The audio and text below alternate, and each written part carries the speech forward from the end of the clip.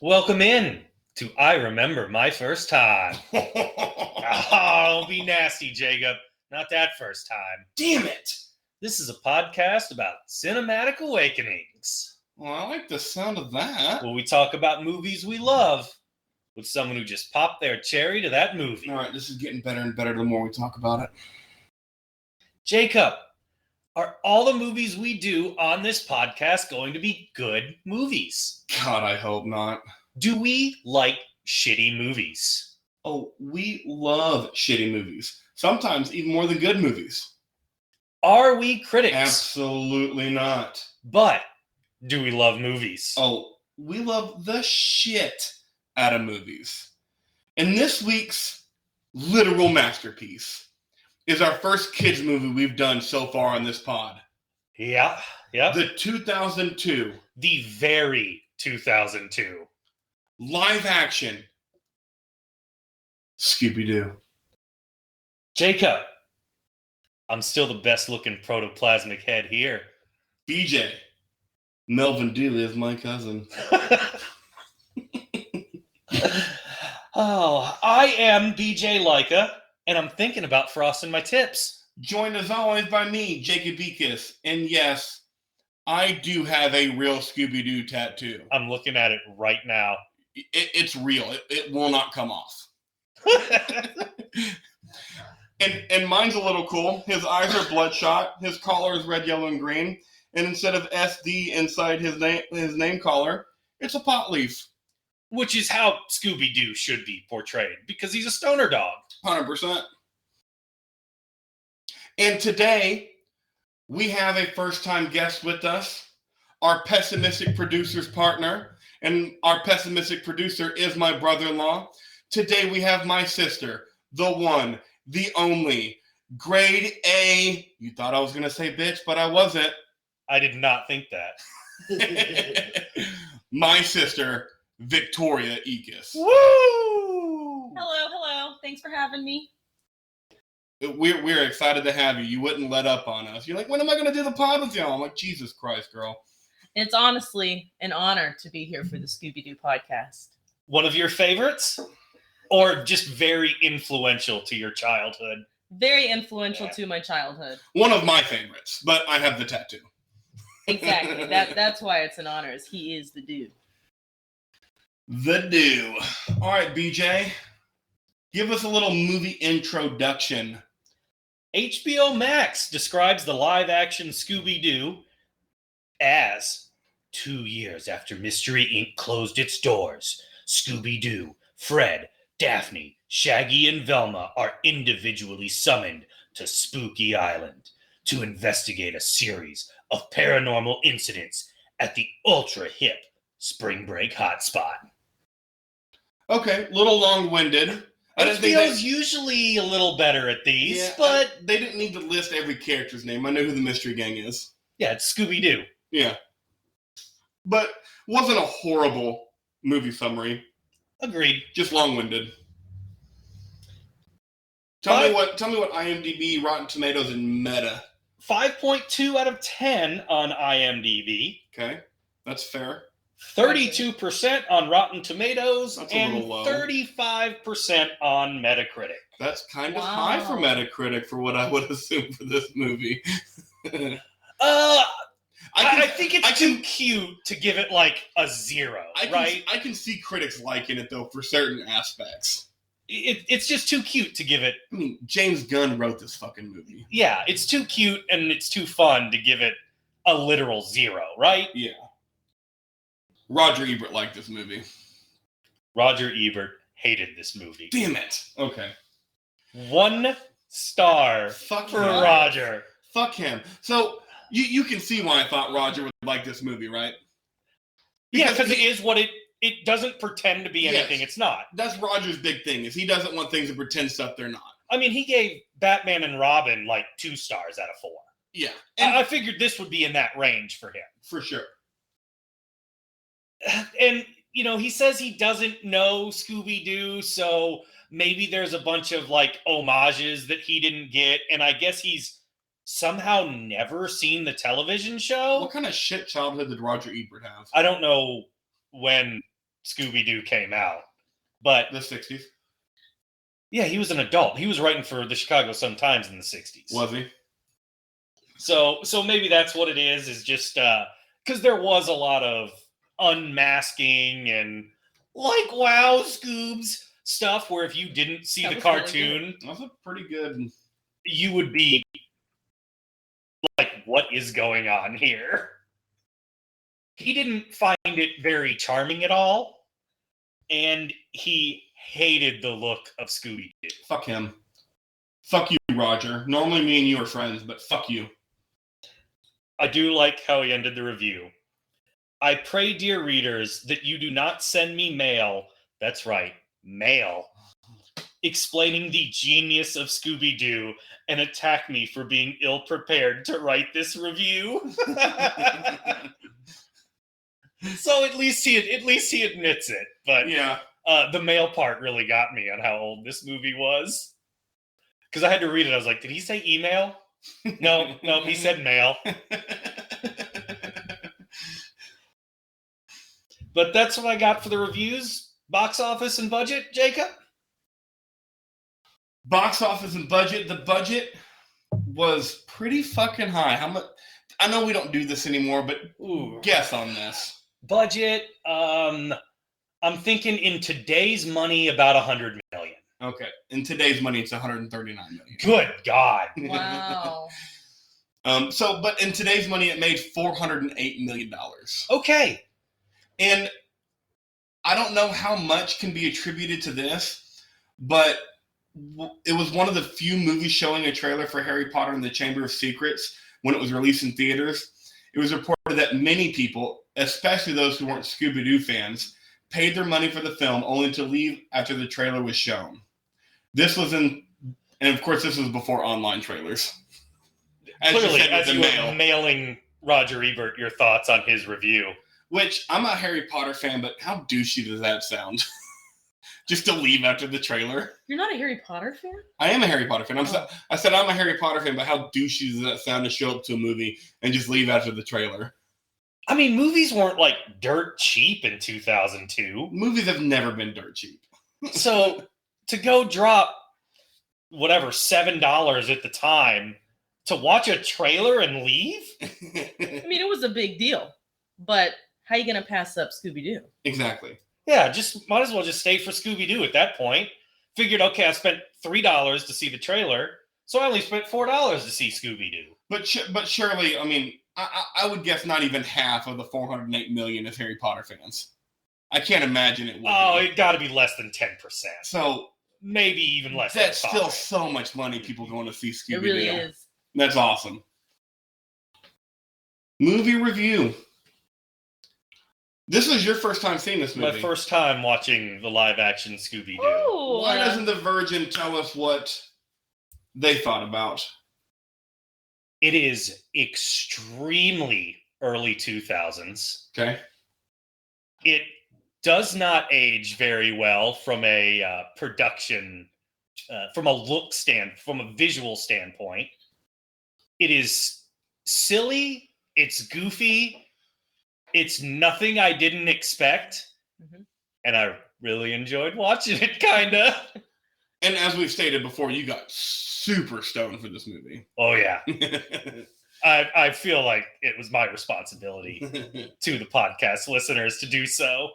All right, Victoria, give us your short review. Don't really focus on what you liked or didn't like. Just what did you think of the movie? I loved the movie. Okay.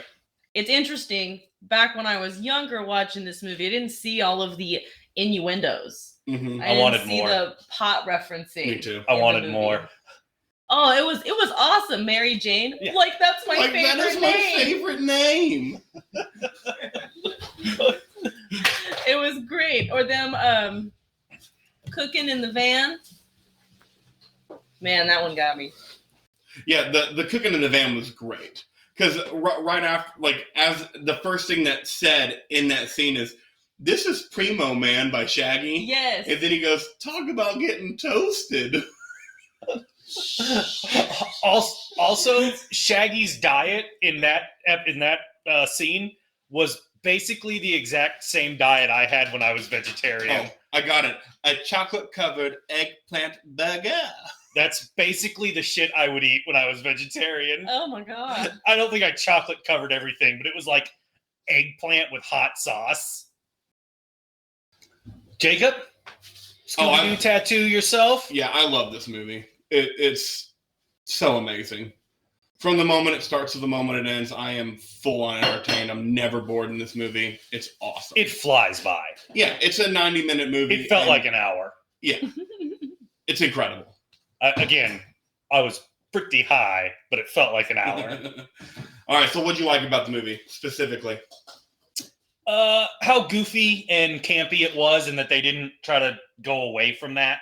It reminded me of like the best version of Batman and Robin, where it was just real colorful, real bright, real campy, real cartoony, but they didn't have the weird Alfred's dying of cancer shit in there, and they kept the same tone the whole way through.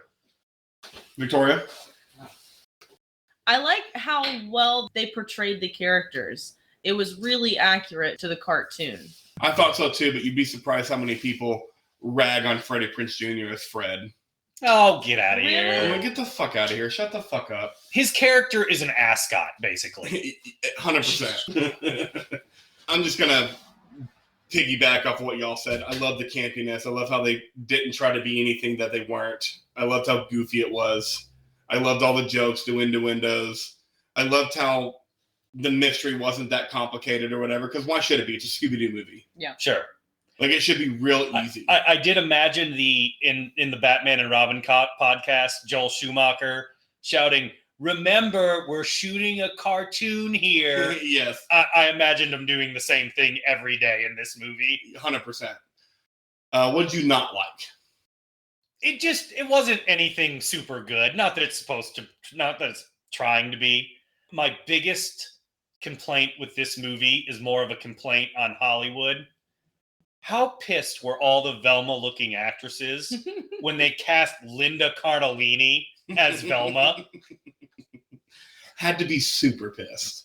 Because how often do you get to play a character that you look just like? And it's like when Margot Robbie got the role of Tanya Harding. Like, all the Tanya Harding-looking actresses were like, all right. And then they're like, oh, you're giving it to this fucking smoke show? It's Tanya Harding! Victoria, what did you not like about the movie? I don't have anything I didn't like about the movie. Me too. Fucking Wow. perfect. It's a great movie. If that foreshadows my rating at all. I thought I was pretty high on this movie considering what it was. I don't think I'm going to be on this podcast. No, I fucking love Scooby Doo. Me fucking too. Matthew Lillard is an amazing Shaggy. And like you said, all the characters were spot on. Oh, music is great in this movie too. Yes. It's so 2002. Even they updated the Scooby Doo theme song to make it sound 2002. Very Blink 182. Right. Yeah. Scooby Doo, where are you? Guys, Sugar Ray's in this movie. Who is Sugar Ray? The band. Jeremy McGrath from Sugar Ray. I just wanna fly. Okay, I know who that is. Was that the boy band? Yeah. That was playing in the... I think so. They were kind of, I think they were supposed to be punkish, but they were kind of boy bandish. It was weird. It was a real late 90s, early 2000s, just terrible music scene. When boy the band... direct eye contact with Sarah Michelle Gellar. Yeah, Oh, that guy. Okay, I've come full circle. The king of frosted tips, as I call him. You know who that guy is not? Sugar Ray Robinson. No, he's not a 60-year-old boxer. Because when you first texted me last night that Sugar Ray was in this movie, I'm like, Sugar Ray Robinson? What? So you go Sugar Ray Robinson over Sugar Ray Leonard? On Who I Know? Yeah. Yes. Oh, okay. I'm a deathcore metalhead. Like, why would I know? Like, I know that song, but for you to just be like, here's the name of the people that sing that song, like, I don't fucking know that. I think that's our age difference right there. Okay. Probably. If you were born 4 years earlier. Okay. Fair. Was it a good or bad movie? Victoria, why don't you answer this question first? It's a good movie. BJ, Oh, it's not good. this is a good movie. Saying that, I liked it, but it's not good. Because I was talking to Tristan before I watched the movie, and I was like, this movie was definitely geared towards children. This is a kid's movie. And then I'm sitting down to watch it, and I'm laughing my ass off, and I'm like, this is for everyone. 100% it's for everyone. There is something for everyone in this movie. It's amazing. It does have like a... And that's what a good movie is. It has something for everyone. It does have like a JV Shrek feel to it. Yeah. Where they do throw in the adult vibes, but it still maintains that that cartoon silliness of the what we grew up loving. It's kind of what made it so good. Yeah. I agree. And now we're on to it. Mount Rushmore of scenes? Mount Rushmore of scenes. Oh. Getting deep into this movie. How deep? As I like to say, and will never get old. Balls deep. Balls with a Z? Yeah, for this movie, balls with a Z okay. for sure. So you being the virgin, why don't you start us off? Your number 4 scene. Number 4 scene's gotta be the Scooby and Shaggy smoke out of the van when the letter comes to them, and they think it's the cops, and we kind of already talked about the wink wink nod nod of them smoking out the van. Loved that scene. Okay. Victoria, your 4th favorite scene. My 4th favorite scene is the very end of the movie where they're eating the peppers. Quality. I almost turned it off, and I'm glad I didn't. I'm glad you did. Because I laughed way harder than I should have at that stupid scene. My 4th favorite scene, and I'm just going to give you all forewarning here. I really cheat on this, but this is my movie, so I don't care. Okay. So just fucking deal with it, guys. But my 4th favorite scene, I call it the 4-wheeler scene. Oh, yeah. Yeah. Yep. See that Mary Jane's part of the bad guys. We get to the underground layer and see the cytoplasm? Ectoplasm, whatever the fuck who it cares? is. It doesn't matter. And then I end the scene with the body switching. Yes. Yeah. Freddie Prinze Jr., I can look at myself naked. I know. Yeah, that was cracked me up. And then Shaggy just, oh, Daphne, do you ever eat? I like when he turns into Velma and he's like trying to look under the skirt. And then Linda Cardellini's voice going to all the just Shaggy being super smart, Fred being super smart. Love that. Like quality entertainment. And the lip syncing they had, how well they had it lined up. Perfect. Fred was the only one that did the worst at it. They all were really, really good about it, but you could see it in Fred. Okay. Can I ask one question? Yeah. When all the protoplasms went back, did they have to do the whole thing with everybody else on that island? Yeah. Like keep switching until it all got right? I would assume so. Funny. I would assume so. Oh my God, that would have taken forever. Yeah. Millions of tries. And not even the people on the island, the people that left the island too. Oh I man. didn't think about that. Plot hole. All right, so there is something wrong with this movie. One thing. There was a massive plot hole with how the cytoplasm... In a Scooby Doo movie? I know. I said it was perfect, but clearly it's not. So, your 3rd favorite scene? I guess it's the dinner scene when the monsters first arrive. And it has the...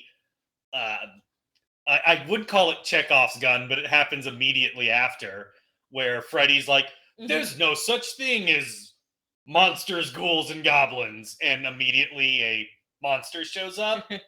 Yes. That's also my 3rd favorite scene.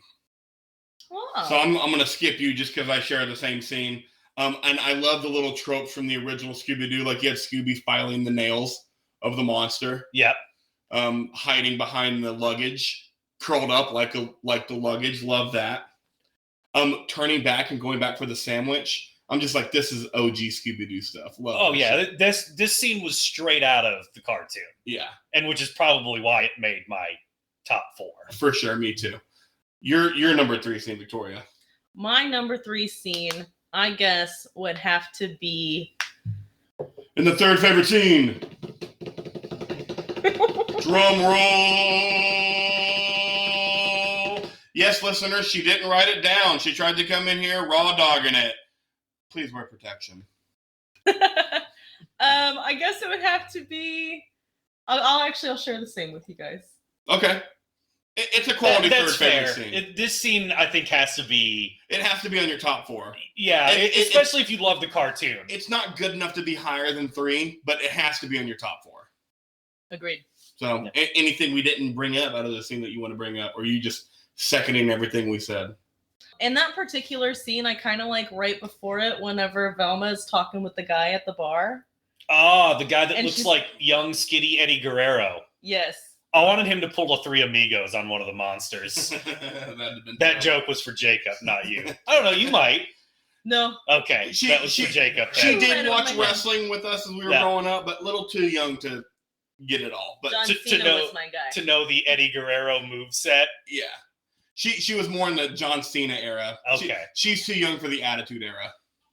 The PG era. It's They called it ruthless aggression. I call it the PG era. That's our weekly wrestling diatribe here. We try to bring up wrestling as much as possible. That and Michael Douglas's dick. Show us your dick, Michael Douglas. It's really a travesty. We didn't see it.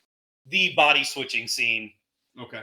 As much as I hated on it, Linda Cardellini's cleavage in this scene is some of the best movie cleavage I've ever seen. I agree. Hands down. It's phenomenal. Yes. I had to stop from burying my head in the TV. Oh my god. No, last night he texted me and goes, how long are you going to let me talk about Linda Cardellini's cleavage? And I'm like, it's a kid's movie, not a kid's podcast. Boom. So buckle in, guys. We're going to go for about 20 minutes here. 20 minutes of just...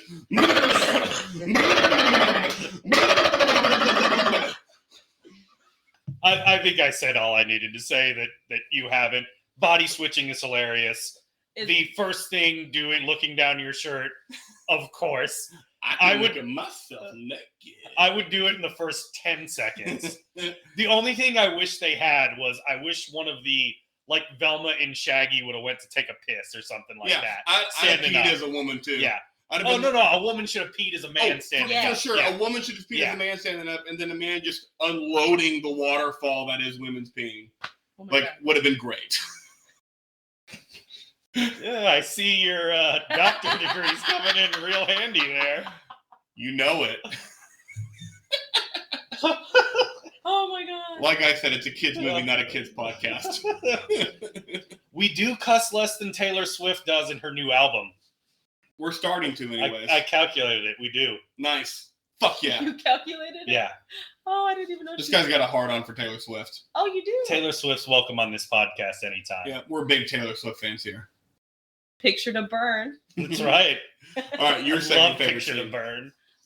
Okay, my second favorite scene, I would have to go the same with the body switching. Okay. I actually think that Velma did the best, or Linda Cardellini, Yeah. whatever her name is, with the ectoplasm proto whatever coming out of her in the first Oh, place. the way they showed, yes. Yeah. Yeah, that was good. Something we hadn't brought up. That's good. And she probably is the best actor of anybody in this. I would say her and probably Matthew Lillard. I was about Yeah. to say. Matthew Lillard's probably the best comic actor. Yeah, but I think he's just a good actor in general. I don't think he's gotten the roles that he probably should have. Mhm. But I think his acting is... Linda Cardellini might be a tad bit better, but I think they're in the same tier. I would That's agree. fair. That's fair. When's the Without a Paddle podcast? Whenever we want it to be. It's one of the movies I've wanted to see, but I've never seen it. Number My- one scene? No. Oh, you're on two. You're I on have to two. do my second favorite scene, and this is my big cheat scene. It's from the start of the movie to to the when end they of the movie? to when they get on the plane. Okay, all Like right. the whole intro, because to me it all just kind of flowed together. To me, it was one scene. It was the initial mystery, the breakup, and then the kind of getting back together. And one of my favorite bits, just Shaggy, just like, we're all kind of just a banana split. And tell me this isn't the most stoner banana split in the world. Pastrami and bubblegum flavored ice cream is who Daphne is. Velma is the sweet and sour mustard sauce that goes on top. And Fred's the banana. That's disgusting. But how much? That's the ultimate stoner. Like, you don't have a bunch of shit in your house, but you fucking got the munchies. And you just go into the fridge and you just make it happen. I say I may have been stoned. I was not pastrami flavored ice cream stoned. And of course, Fred would be the banana. Of course. With that opening scene, I love the ghost grabbing Daphne's ass, Shaggy and Scooby skateboarding in the barrel. Oh, the skateboarding was dope. It was amazing. And then, quick, Scoobo, grab the food-o and let's go. Scooby dressed up as the grandma. Classic Scooby Doo trope. Velma doing NASA shit. Yeah. Fred, the mini faces of Fred. Fred on Fred. Daphne becoming a black belt. And then my favorite quote of this whole massive scene that I did, when Shaggy goes, "Oh, we don't do any place with spooky, haunted, or abandoned in the name." And Scooby goes, "Or hydroponic," and Shaggy goes, "Right, or hydroponic, but that's for a whole nother reason, man." I had to look that up to find out what it was. What is it? Tell us. It's a Colonic. Colonic, yes. And it is flushing the colon. It's a water enema. But that's for a whole nother reason, man. That makes that so much funnier. With how many times I've seen this movie, I can't believe I've never looked that up. I believe the opening quote of this movie is, "Ow, I have a wedgie?" It may be. Or something to the effect of Daphne getting a wedgie. Yeah. And it opens on that. And I was like, what the fuck? I think we may all have the same number one scene. Is it the final fight scene? No. Oh. Go ahead, BJ. No, it's the final fight scene with Scrappy Doo and finally seeing Daphne use her karate that she's talked about the entire movie. Who's the damsel in distress now? Me. Me. And it's essentially a wrestling match, which is great. Yes. Again, with the wrestling. Yeah, Daphne gets choke slammed and then top rope elbow dropped. Fucking awesome. It was great. The fact that she was Buffy, like she was doing Buffy the Vampire Slayer, really made that pretty good. Is that your number one favorite scene too? I actually when they go into the castle. Boom, me too. Yep. To me, that was a throwback to all the episodes too. More than the monster scene. Yeah, you're right. Because they're going through all the tricks and traps and the eyes following you around and I love them going in there at first, and Shaggy's just like, no, like this shit's gonna happen. This shit's gonna happen. We're gonna see a night, and Daphne's like, how many times does that happen? He goes 12. 12. 12. Oh, I thought he said 9. No, he said 12. He said 12. Yes. and then Freddy's like, hey, I'm a man of substance. Dorky chicks like you turn me on too. And then it's plastic. What do you care? You drink out of the toilet, and Shaggy offended's like, so do you. And then their burp fart challenge. Oh my god. Everything that I love is in this scene. Daphne walks in right after. Shaggy's doing the No. Scooby's doing the And then he farts in the armor suit, and it kind of explodes because the fire is behind him.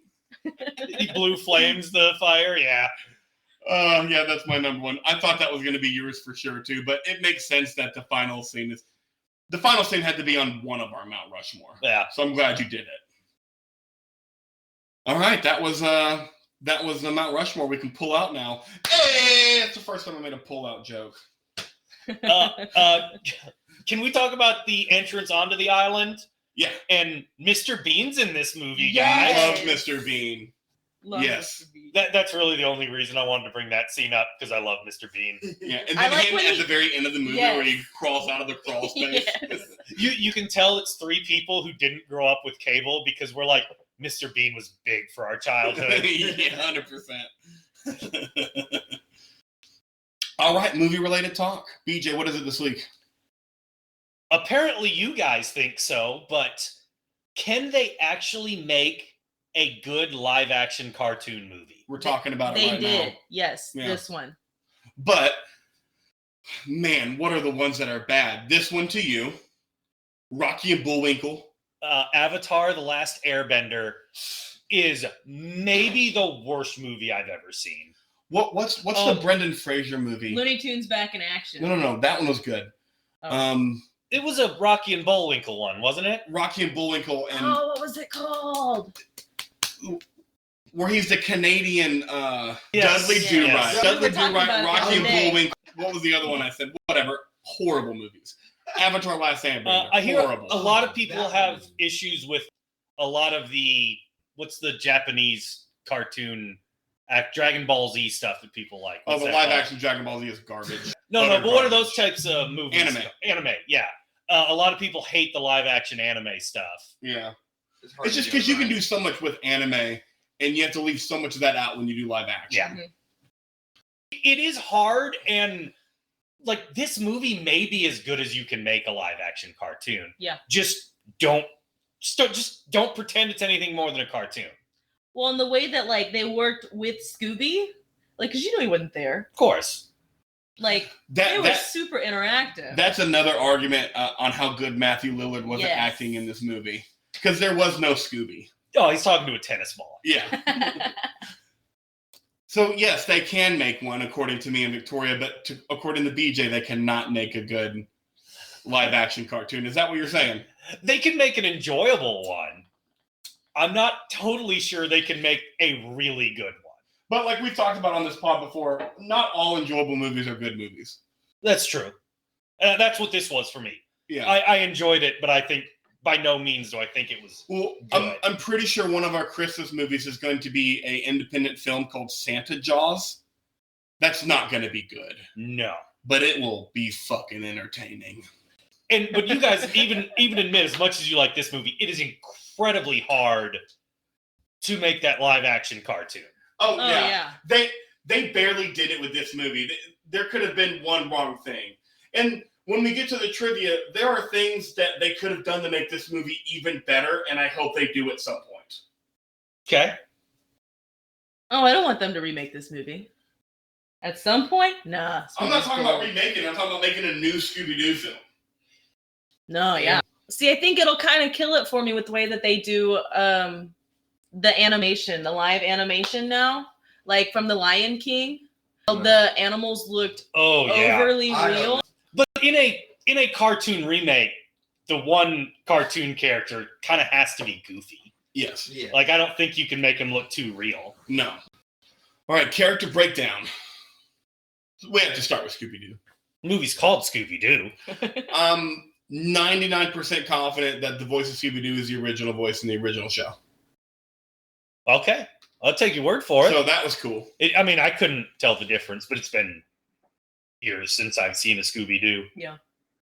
You saw several last night, apparently. So I did, and it's not the original, but that's okay. I just looked it up. It was really good though. Oh, he did it. He did a great job. Ruh-roh.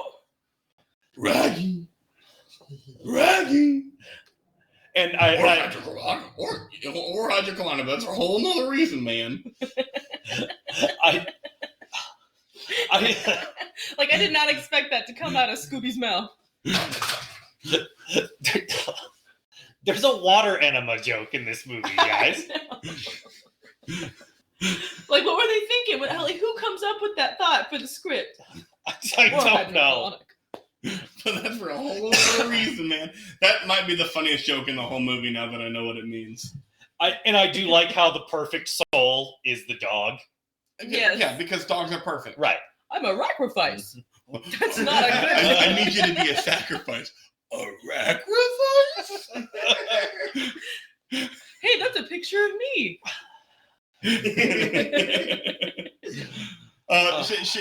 Shaggy was the heart of this. I'm not Shaggy. Scooby was the heart of this movie. He always is. It was incredible. I love Scooby in this movie. when he went to go find the burgers. God. The phone call. Go to the dark shadow area in the woods. Okay. Hey, if someone offers me free burgers, I'll probably do some stupid shit. Me too. Bag of burgers. All right, Shaggy. Like Matthew Lillard was born to play Shaggy. Oh yeah, he did a phenomenal job. There was no question about who they were casting, right? They looked at a couple people, but we'll talk about it when we get there. But looked at. Yeah. We knew who it was. Yeah. He originally yelled and screamed for hours to try to get the Shaggy voice. And then after a week or two of trying to do that and that not working, he came up with this voice. And it worked perfectly. Oh. I mean, he's now pretty much the Shaggy in all animated stuff. Oh, really? For the most part. Like, there's been a couple stuff since this movie came out that he didn't voice Shaggy on. But for the most part, he is Shaggy. Which, what a fucking role to walk into. Well, I may be putting my audition tape out here later today. Fair enough. With our movie impersonations? Yeah. Okay. Anything else anyone wants to say about Shaggy? No, just a cool stoner character. He's Yeah. just amazing. Shaggy is what Shaggy is. Velma. Linda Cardellini. She did a phenomenal job. So dreamy. Boobs. But she did a great job at Velma. Like Victoria's already said in the podcast, like all the characters are very well done. And she was a good, smart, nerdy girl. She was. Even the inflection, like she kept the personality consistent throughout the whole thing, which I thought was awesome. But Fred was like, what did he say? I'm a man of substance. Dorky chicks like you turn me on too. It's like, yeah, me too, Linda Cardellini. yeah. Dorky chicks that look like Linda Cardellini. Oh, and fucking Hollywood, man. I know we're not talking about Monsters Unleashed, but the red jumpsuit. I mean, we'll be doing that very soon. I gotta do it while it's still on Netflix or HBO. Yeah. So, Fred. Never liked the character Fred. Oh my God! You know what we didn't talk about? John Goodman's live-action Flintstones movie. Oh, That was a good one. That was a great one. I'm not. You've never seen that? It? I'm not aware that it existed. Yeah, there's two, but the first one's way better. Who's Barney Rubble? I can't remember. We're not going to go off on a Flintstones tangent right now, but that's a good live action. The Canadian guy. I can't remember his name. When his wife died, he retired from acting. Yes, Honey, I Shrunk the Kids. Yes, Rick Moranis. Rick Moranis. Yeah. Man, Rick Moranis is great. So we have to do the live action Flintstones at some point. Anyways, sorry, back to Fred. Freddie Prinze Jr. He had to shave off his head after shooting because bleaching his hair ruined his hair. His hair looks great again now, though. Yeah. I didn't know that. Yep. I do remember buzz cut Freddie Prinze Jr. Did he look good? Yeah. Freddie Prinze Jr.'s always looked good, dude. That's fair. He looks good today. He may look better than he ever has today. Okay. Well, yeah, I like Fred. He's my least liked character out of the. But I thought he did great. Yeah, but like even in the show, his character is just an ascot. Just a vanilla. Yeah. Nobody. That's the point. I mean, and his real name's Freddie. And they call him Prince in this movie at some point. Do they? Yeah. That's awesome. Daphne. Sarah Michelle Gellar. Yep. Oh, Buffy I love her as the Daphne. Vampire Slayer. Will always just be Buffy the Vampire Slayer for me. She was incredible as Daphne. The damsel in distress bit, like she was great. She really was. She did awesome the whole movie. My body's a weapon now. Yeah, it is. I like her with the voodoo guy. Voodoo guy was quality. Yeah. Isn't that chicken already dead? Yeah, the chicken's dead. We'll give it away. Its head's cut off. That guy was quality. She goes, oh, I know how to talk to this guy. Hey, What are you doing? And then Linda Cardellini is like, yep, that's how she does it or whatever. Love that. Now it's time, guys. Do we not want to talk about Mr. Bean or anybody? Scrappy. There's a few others. Yeah, I always hated Scrappy Doo. I did too. But I think you were supposed to. No, The- you weren't supposed you weren't supposed to. In this movie, yes. Well, Yes. in this movie you were, but there was decades in the TV show that Scrappy was a part of the crew. And so I think for a long time there you weren't supposed to dislike him. Because he was an integral part of the show for decades. I like when he pees on Daphne. So funny. So funny. You're marking your territory. And I love Mr. Bean. As soon as he showed up in this movie when I was a kid watching this, I was like, fuck yes. And by kid, I mean I saw this movie when I was like 13 or 14. And I was like, fuck yes. Oh, yeah, that's like peak Mr. Bean watching. Speaking of which, how many times do you think I've seen this movie? 40. Oh, I was going to say 42. Y'all are both probably right around right. All right. And I probably won't watch it 40 more times in my life, but maybe 10 to 20. Okay. Yeah, Is there a particular time of year you watch this movie? just when I see it. Okay. Yeah. Like I saw it on Netflix, and whether we did it on this pod or not, I'm just like, I'll be watching you soon. Because it's 90 minutes and it takes no time. Yeah, and I can turn it on and do whatever. Of course, I say that I can turn it on and do whatever I want, but I like this movie so much that when we turned it on and me and Nemo were down here cooking, I pretty much just sat down and watched this movie. How'd Nemo like it? She liked it. Okay. But I'm sitting there laughing, and I'm just like, I'm too old to be finding this as humorous as I am. No. And Nemo's like, you are, but it's who you are, so it doesn't matter. No. I was laughing through the whole movie. It was meant for that purpose. Oh, there's fart jokes and people get hit in the nuts. Can't yeah. go wrong there. And there's body Yeah, switching where men say what we're really thinking. Yeah. I can There's- look at myself naked. Excited too. Outside of the hydrochloric joke, there's really not a ton of smart humor in this movie. No. But it's a live action cartoon. What do you expect? There doesn't need to be smart humor. I'm not looking for smart humor. No. All right, guys, y'all ready? Because I have so much. Oh. Oh, this movie, I bet, is filled. I have so much trivia. Yeah. There was so much trivia, I had a hard time finding where I wanted to put it in the podcast, too. So much. But it's so good. Go ahead. So I'm going to start with throwback trivia. OG Scoobs. OG Scoobs. When Daphne attempts to recruit Shaggy and Scooby to inspect the castle with her, I don't know why I stopped that. Are you buffering right now? Yeah, I was buffering.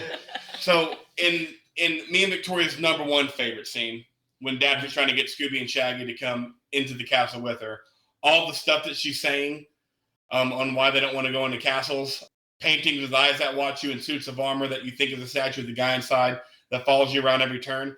Everything Shaggy describes happens in the very first Scooby Doo episode. What a Night for a Night from 1969. Nice. Yeah. That's awesome.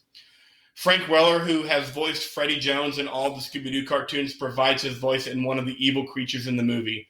From 2002, Welker has also taken on the job of voicing Scooby Doo. So the original Voice actors, yeah. That's so cool. There's an alternate animated opening showing the cartoon versions of the characters, but it was cut for time.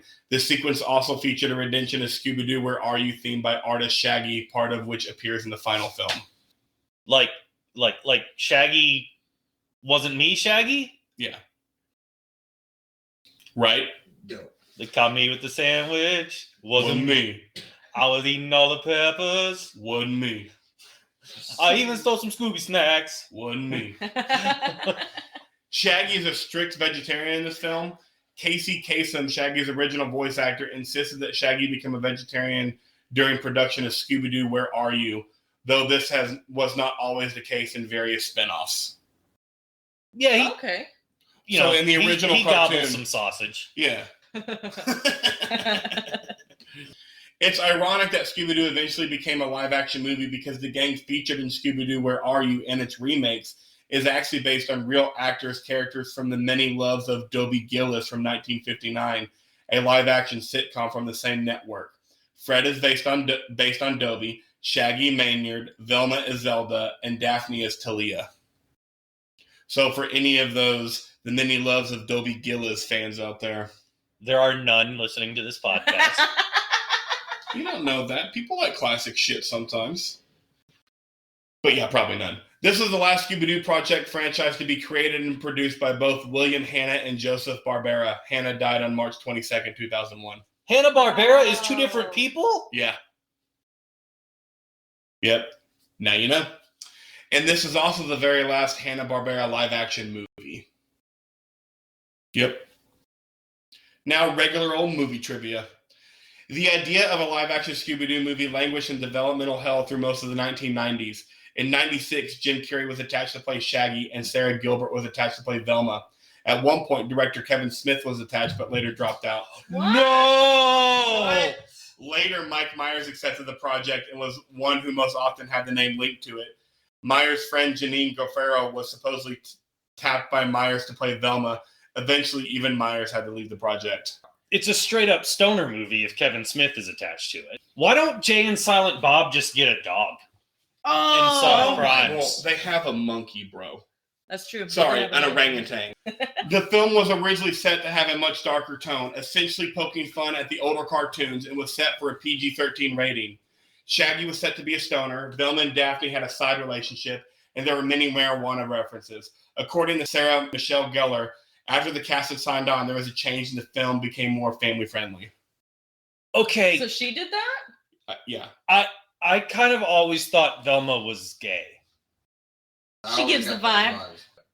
Yeah, but just for some reason, and I don't think it's ever explicitly said, and I don't know if I have a great reason, but just in my head, Velma was always a lesbian. Okay, so I'm not crazy. She's carrying out Trader Joe's bags to her Subaru. Okay. The 60s and 70s, don't ask, don't tell. So Yep. But to piggyback off that trivia, by 2017, James Gunn confirmed that the original cut of the film got an R rating and had to use CGI to cover cleavage. what? Give me that movie without the cleavage covering CGI, without the CC CGI. Like, fuck you guys. CCCCI was a good one. Thank you. Yeah. The film was initially conceived as an affectionate parody of the original cartoon rather than a straight-up adaptation, similar to the Josie and the Pussycats, which was considerably raunchier creation compared to the cartoons, which is also a Hanna-Barbera production. After that film flopped, this film was edited to be tamer and more family-friendly. That being said, the final cut still pushes its PG rating rather hard. I want the R version. I want the R version too, and I'm with you. I don't think it pushes it. Need the R I version. don't- Sarah Michelle Gellar and Linda Cardellini. Screenwriter James Gunn revealed that in the original script, Velma was explicitly gay, though the studio decided to water it down to block any references to her sexuality. Some of them were ambiguous and were kept and shot, but ended up edited out of the final version of the film. A quist between Daphne and Velma was just one of the things cut. Hey now. Hey now. Okay, so I'm glad I'm not the only one that just based on pure vibes thought Velma was... Yeah, no. You were not the only one. They didn't incorporate it simply because it would have felt like to be woke. Exactly. So Scooby Doo was released on the same day as the 2002 Nick Cage classic Wind Talkers. No way. A really good Nick Cage performance. It is. And the... Is he misappropriating in that movie, or does he play a white guy? I don't really He remember. plays a white guy. Okay. There's Navajo Yes. Wind Talkers Yes. in the movie. So, and that's what the movie's about. But no, he was not appropriating. And the 2002 Matt Damon classic, The Bourne Identity. So what made that much money why these two films were in theaters too? Yeah, I That's mean, pretty different nuts. audiences, right? Yeah, Yeah. but still. Totally different genres. One of the few Scooby-Doo films to reveal that the first names of Scooby and Shaggy is respectively Scoobert and Norval. Scoobert. Scoobert. Scoobert Doo. Neil Fanning was on set every day to provide Scooby's dialogue for the cast to interact with. This led to him and Matthew Lillard becoming close friends, and they had to be very inventive to make Shaggy and Scooby's convincing friendship, since Lillard was acting with nothing there except Fanning's voice off screen. Okay. Scooby-Doo's middle name is Cornelius, Yep. so it's Scoobert Cornelius Doo. Wow. Though James Gunn hasn't entirely disowned this film, he has expressed regret in making Scrappy the main villain of the film after receiving some backlash from the character's fans. So, casting trivia.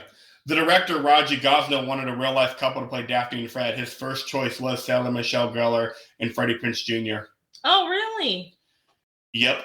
I find it really interesting that you don't see any of their chemistry until the very end of the movie. No, there's no sexual tension until At the all. end. No. None. They're married and have 2 kids together. What? Yeah, they're still together. Yeah. I mean, I guess that makes sense. Yeah. Sarah Michelle Gellar had to film Scooby Doo around her already hectic Buffy the Vampire Slayer schedule. The producers of both productions arranged that she could spend 2 weeks in LA shooting Buffy and the next 2 weeks in Queensland, Australia filming Scooby Doo. Oh my god. Oh, you're making an Australian trip every 2 weeks? Oh. Yup. Freddie Prinze Jr. hated wearing the trademark ascot Fred wore in the original cartoons. Sarah Michelle Gellar hated wearing Daphne's purple go-go boots and would change into comfy sneakers whenever available. Those go-go boots were awesome.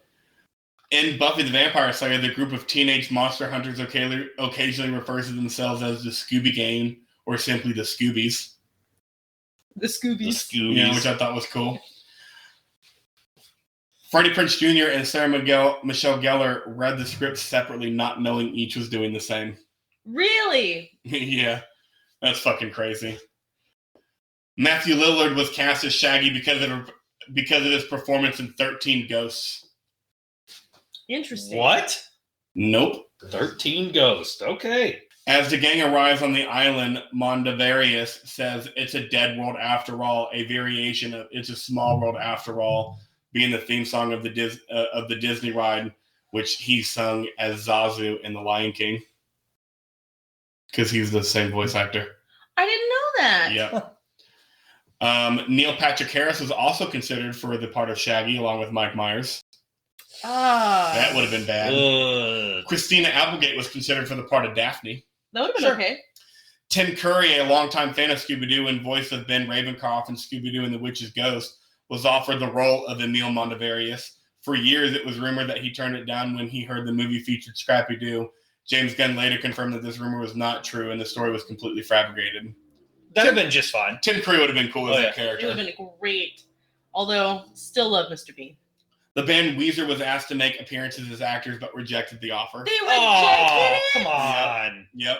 Beverly Say Hills. it ain't so. Isla Fisher was running up for the role of Daphne before Sarah Michelle Gellar was cast as director Raji Gosnell wanted a real-life couple to play Fred and Daphne. Her audition impressed the casting directors nonetheless, and she was given the supporting role of Mary Jane as a result. Do you want to know how bad fashion was in 2002? Yep. It was so bad, Isla Fisher looks ugly in this movie. I don't think so. I thought she looked pretty hot. Yeah, she definitely did. Isla Fisher is an an unbelievably attractive woman. Nothing fit properly from 1998 to about 2005. Nobody actually wore anything that fit right. Yeah, but she was the only character that you got to see at least half of her body in. Yeah, just ugly dresses. Pamela And the hair was off with her too. Ramen noodle curls. Oh, well, speaking of the hair, ironically, Michelle Gellar, who was blonde, portrayed red-haired Daphne, while Isla Fisher, who was a redhead, portrayed the blonde Mary Jane. Probably why her hair looks like shit. Yeah. Pamela Anderson's appearance in the teaser in the opener is an allusion to the Scooby-Doo movies in 1972, which often had Mystery Inc. teaming up with caricatures of celebrities voiced by the actual person. Yeah. Oh, I like that one. Linda Cardellini and Isla Fisher were fans of the cartoon before they were cast in the film. The majority of the cast and crew have disowned the film and hate it. Freddie Prinze Jr. has low opinions on the wardrobe of Fred, specifically the ascot. Sarah Michelle Gellar was once asked in an interview which of her films she would forbid her children from watching. I Know What You Did Last Summer or Cruel Intentions. Gellar chose this film instead. What? And Linda Cardellini has also was dissatisfied with the final cut, finding it too raunchy for a children's film. Wow. Matthew Lillard initially hated the film, but eventually warmed up to it as his performance as Shaggy was consistently praised even amongst the critics who hated the film, and it led to him being able to voice Shaggy in future animated Scooby Doo productions. So none of these guys are as cool about it as George Clooney was with his bat nipple suit. Correct. Correct. They all kind of hated it, which is funny because I fucking love this film. Can't believe they hated it. Movie impersonations. We're doing dealer's choice. I don't know if you got a good Shaggy or a good Scooby or a good Velma, or you want to do, what if Jason Statham was Shaggy? Whatever you want. So I'm going to go first because I think Shaggy fits today's dating profile pretty good. Hey girls, it's me, Shaggy. I'm 6'4", and I live in a van, bro. But you're gonna have to get to know my best friend. He's a great name named Scoobs. Bonus, ladies, I'll eat anything. And I mean anything. That was pretty good. That's pretty good. You needed a few more likes in there, but it was solid. Yeah, that was good. Yeah, so Shaggy eats ass. Yeah, duh. How hungry he is. He gets munchies all the time. I mean, all good men eat ass. There you go. Said by her herself. God? That's right. All right, Victoria. What are you impersonating? Oh, man. You can also vote to say which of ours is better if you don't want to. Well, I like Scooby. It's the easiest one, but I can't get that tone. That's okay. Just do Scooby. Do your best Scooby and make some shit up. Okay. Ruh-roh, Raggy. There's a monster in there. All right. Is that all you got for us? Yep. Okay. That was a valiant effort. We applaud your effort. That was good. Raggy, how about we go to the beach and scope out some chicks? Well, all right, Scoob. That's probably a good idea. Like, dogs are a great way to pick up chicks. And then we can come back and eat some pie. And I mean all kinds of pie. Like, we could do pizza pie. I love pizza. And we could do regular pie. And then I'll eat her pie. In my head, I was betting if you were going to go cream pie or poontang pie. Damn it, I should have done cream pie.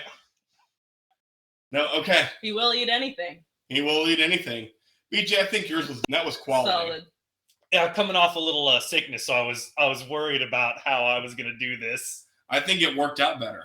I like how you did both Shaggy and Scooby, though. Because I can't do Scooby. Nice. All right. Final thoughts on the movie in general. BJ, being the virgin, what would you rate this movie? I think this is essentially the better version of Batman and Robin. So I think this is around. It's like a 5.9, but it's a 5.9 that I really, really enjoyed, if that makes sense. There's nothing real smart. There's nothing real original. There's nothing absolutely fantastic about this movie, but it's still pretty damn enjoyable, despite not being that good. So 5.9, if that review makes any sense at all. Okay. Victoria. I'd actually give it a 6 out of 10. Okay.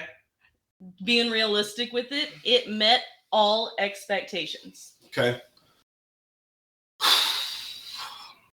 This movie gets a 9.9 from me. Fuck everyone. The only reason it doesn't get a 10 is because the plot hole we discussed earlier and all the cytoplasms happen to go all across the world. If that wasn't a thing, 10 out of 10, baby. Oh, okay. I have to mention one scene that I thought was really great with the floating fluorescent translucent heads, whatever. Uh-huh. I like when Shaggy pulls Daphne out and she goes, "No, put me back in there. I'll use would she say her tongue as a way to get out of the bowl?" God. Which, of course, means she gives good blowjobs. Right. Yeah. What that mouth do? Let's ask Velma. Hey! Should they remake this? Victoria has already said no. She's voiced her opinion. No. I say make as many live-action Scooby-Doo movies as you want to. I wouldn't do one with $140 million budget. No.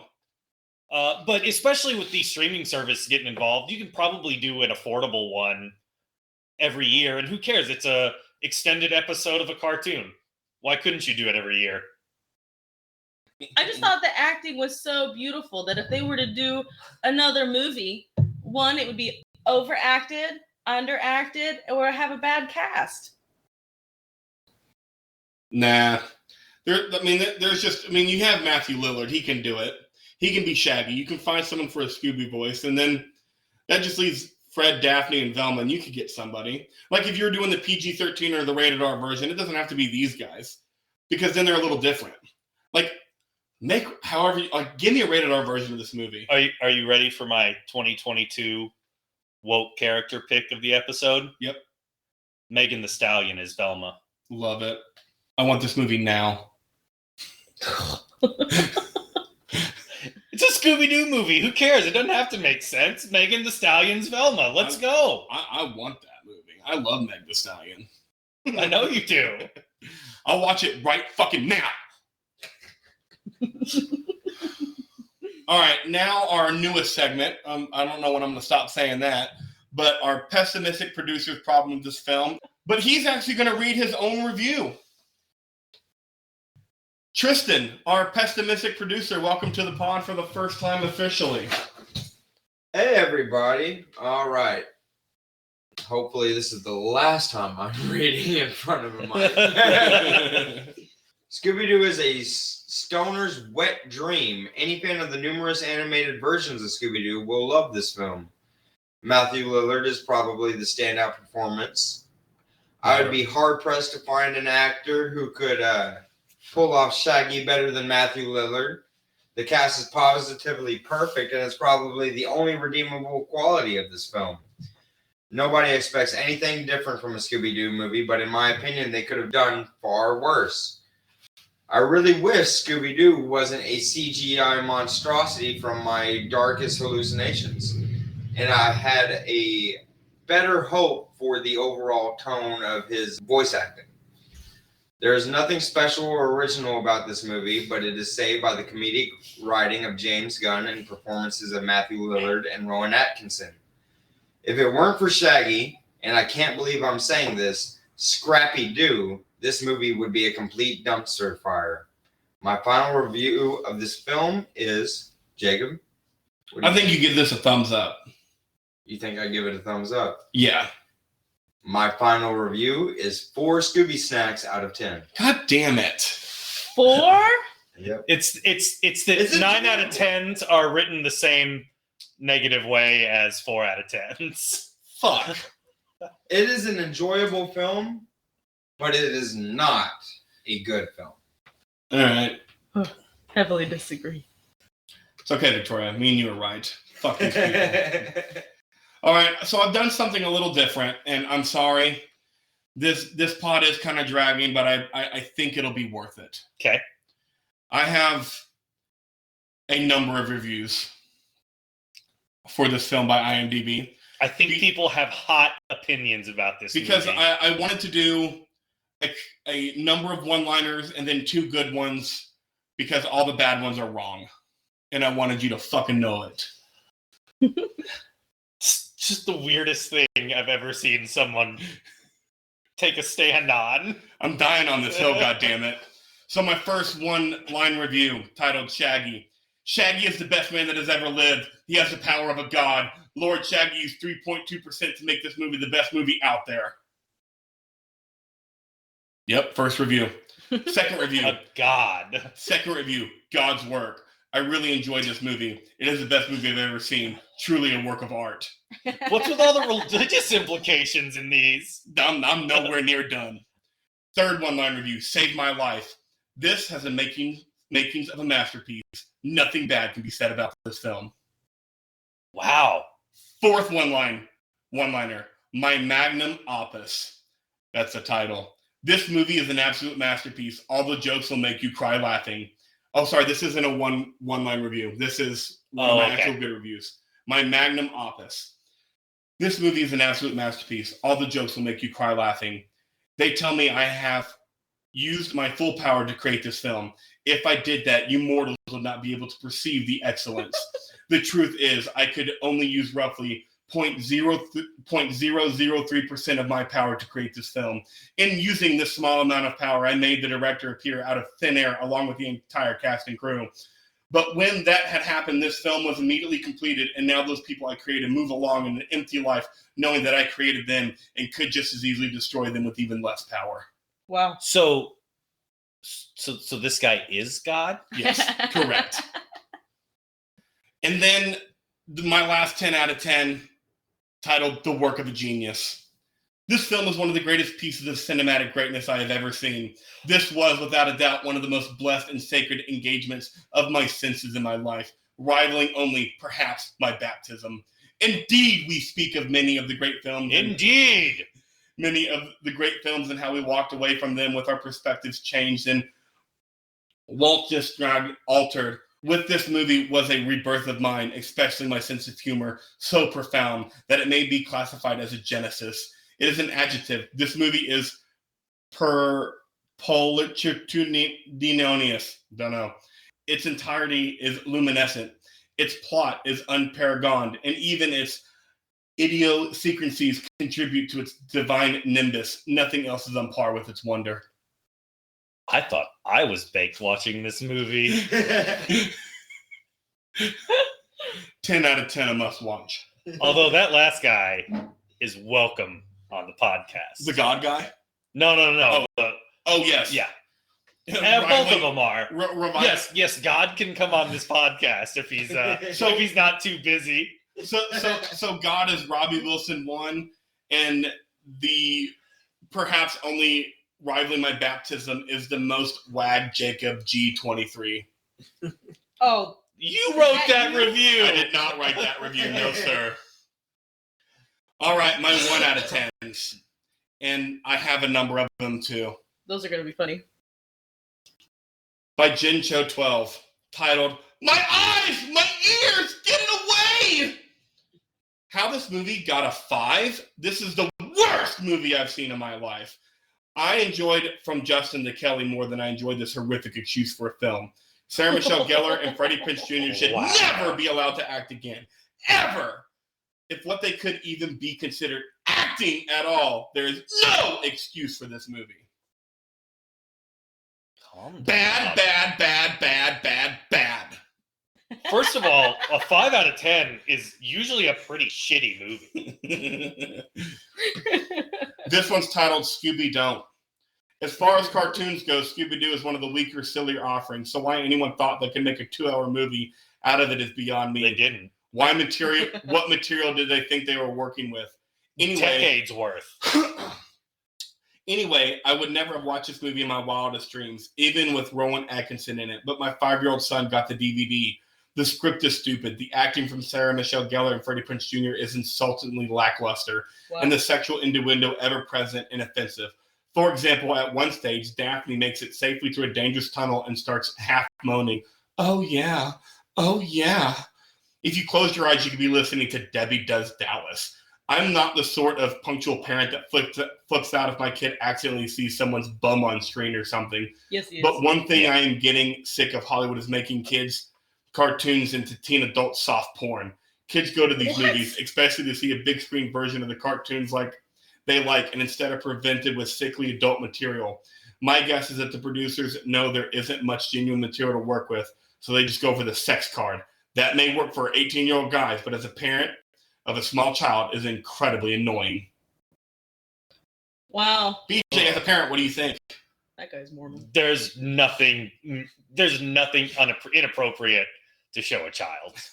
Like, there's some winks that we'll get and they won't. But, the nice looking down the shirt. No kid's going to care. Do y'all remember how much people hated Star Wars Episode 2? I know they hated all the first 3, but... This next one I'm not going to read is just how much worse this movie is than Star Wars Episode 2.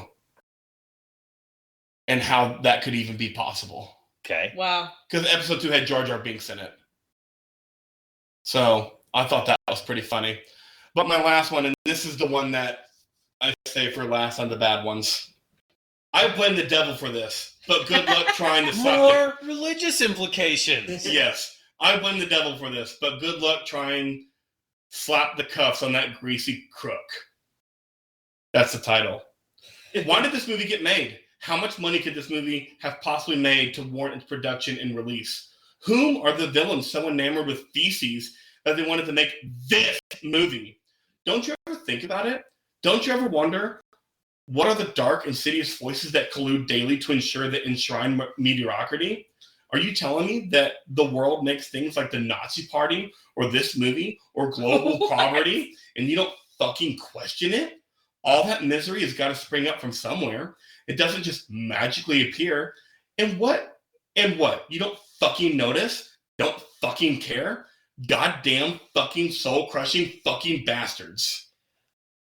I'm scared. Feel This very guy. strongly about And, Wow. and is this person insinuating that we as humans can put the devil in jail? It's Scooby Doo. What's going on? He compared this movie to the Nazi Party. He did. I'm so lost. The fucking Nazis. I mean, It took this movie wants to gas people out in a different way. It took me almost 4 years to be like, okay, MAGA's Nazi. Like it took me because you can't just throw that word around. But Scooby Doo, Nazis. Okay. Right. Oh, never mind. Oh my Oh, shit. Oh. You said it. I did. It needed to be said like Scooby because this guy. Should people watch this movie? Question of the pod. The answer is an unequivocal yes. Yes. Sure. At some point, it's too easy not to. Yeah. It's a better version of Batman and Robin. Yep. And we said you should watch Batman and Robin. Kinda. Yeah, but you should watch Batman and Robin for all the incredible cultural references. Yes. Bat nibbles. Okay. And of course, next week we have Scooby Doo, The Monsters Unleash. Join us next week. Ooh. I just wanted to see BJ's face. He's looking at me just fucking struck. We're not doing Scooby Doo, Scooby Doo 2 Monsters Unleash. But this was incredible. Austin Powers next week? It's either Austin Powers, International Man of Mystery, Oh, yeah. or it's our first Christmas movie. Okay. You got to do Austin Powers. Yeah. You got to. So we'll see y'all next week. Victoria, thanks for coming on. Thanks for having me. Bye.